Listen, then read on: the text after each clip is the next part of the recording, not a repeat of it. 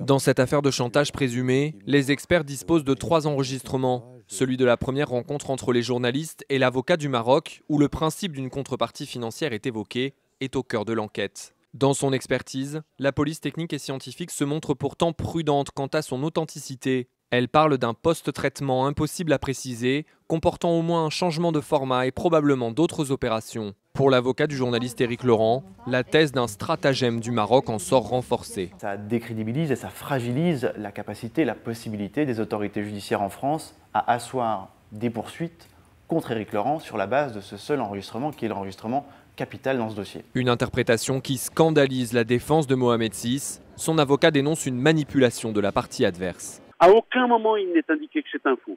À aucun moment il n'est indiqué qu'il y a une trace de falsification. C'est de la désinformation, c'est de la intox, comme ils en ont fait depuis le début de cette affaire. Devant les policiers, l'interlocuteur marocain avait reconnu avoir travaillé cet enregistrement pour en améliorer la qualité, ce qui pourrait expliquer les opérations évoquées par le rapport. Le logiciel utilisé, en revanche, permet bien de modifier les éléments d'un fichier audio.